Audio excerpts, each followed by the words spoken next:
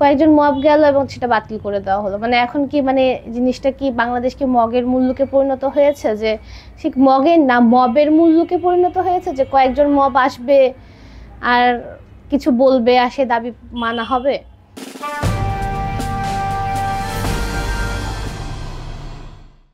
মূলত আমরা প্রথমে কর্মসূচি ঘোষণা করি স্টুডেন্ট ফর সভারেন্টি নামে একটা। সেই উগ্র উচ্ছৃঙ্খল সংগঠনটি মূলত গেল এনসিটিভি ভবন ঘেরাও করলো, গ্রাফিটি যাতে মুছে ফেলা হয় সেই দাবিতে। এবং তারা আরও অনেক দাবি নিয়ে গিয়েছে, যে দাবিগুলো খুবই আসলে বাংলাদেশের জন্য মানে প্রশ্নবিদ্ধ আর কি, বাংলাদেশের অবস্থার সাথে। তো সেই সংগঠনটি যখন আপনার এনসিটিভি ভবন ঘেরাও করে, বেশি সংখ্যক না, 30-20 জন হয়তো ওরা সর্বোচ্চ হবে, এই কয়েকজন খুব এনসিটিভি ভবন ঘেরাও করলো এবং খুব উগ্রতা দেখালো, এবং উগ্রতা দেখিয়ে মূলত গ্রাফিটিটি আসলে মুছে ফেলার জন্য দাবি জানালো। এবং তারা 24 ঘন্টার আলটিমেটাম দিল, 20 ঘন্টার মধ্যে এটা মূলত আপনার পুনর্বহাল মানে ওই গ্রাফিটি মুছে ফেলা হলো আর কি। তো এই বিষয়টা নিয়ে আমরা খুবই মানে আমাদের কথা হলো যে একটা গ্রাফিটি দেয়া হলো, যেটা মূলত একটা গ্রাফিটি ছবিতে ওখানে পাতার মতো আদিবাসী শব্দ মানে কয়েকটা পাতা ছিল, তার মধ্যে আদিবাসী একটা পাতা ছিল, এবং ওটা লেখা ছিল যে পাতা ছেঁড়া নিষেধ। তো একে তো এটা একটা গ্রাফিটি, যেটা হলো যে আমরা জুলাইয়ের গণঅভ্যুত্থানের আগে এবং পরে নতুনভাবে মানে চিত্রায়িত করি, এবং যা আমাদের কাছে একটা মানে সম্প্রীতির বার্তা হিসেবে এসেছে।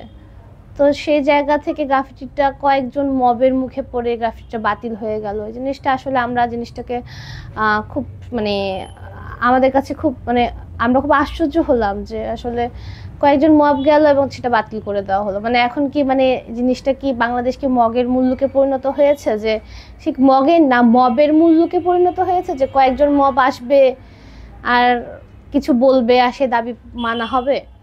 এটা একটা প্রক্রিয়ার মধ্যে দিয়ে যেতে পারে, আলোচনা টেবিলে যেতে পারে, আলোচনা সমালোচনা হবে, তারপর সেটা একটা প্রক্রিয়ায় আসবে।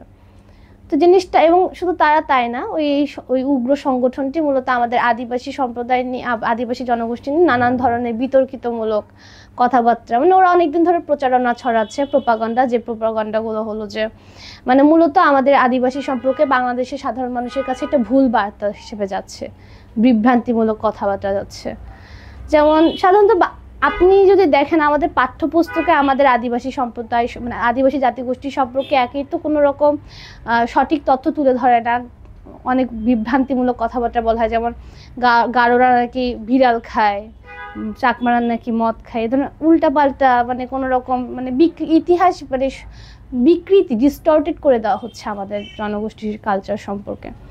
তো এই বিষয়গুলো সম্পর্কে তো একে তো মানে পাঠ্যপুস্তকে আসে না, দ্বিতীয়ত হলো যে তারপর সাধারণ জনগণের আমাদের বাংলাদেশের যে অবস্থা, আমাদের বাংলাদেশের যে পরিমাণ জনগোষ্ঠী, সেখানে শিক্ষার যে পরিমাণ হার, মানে মানুষের সচেতনতার যে অভাব, এতটাই অসচেতন, এতটাই অনভিজ্ঞ, এবং এতটাই তারা হলো যে সাধারণ মানে অনেক বিষয় সম্পর্কে অবগত হতে পারে না বিভিন্ন কারণে।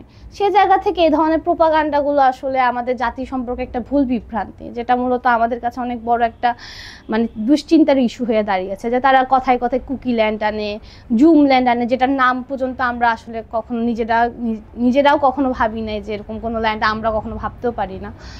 তো তারা মূলত আমাদের সম্পর্কে আজে বাজে কথা বলে যাচ্ছে বিভিন্ন ধরনের, এবং তারা কিছু সেন্টিমেন্ট ব্যবহার করছে। তো এই ভেবে তারা একটা মব তৈরি করার চেষ্টা করছে, একটা উগ্রবাদী মব, যারা হলো যে মানবিকতা জানে না, মনুষ্যত্ব তাদের মধ্যে নাই, যারা ওই অনেকটা, আমি যদি বলি এটাকে আমি জঙ্গিই বলতে পারি, জঙ্গিদের যেভাবে ব্রেন ওয়াশ করানো হয়, এরা হলো তাই সেই কাজটা করতেছে।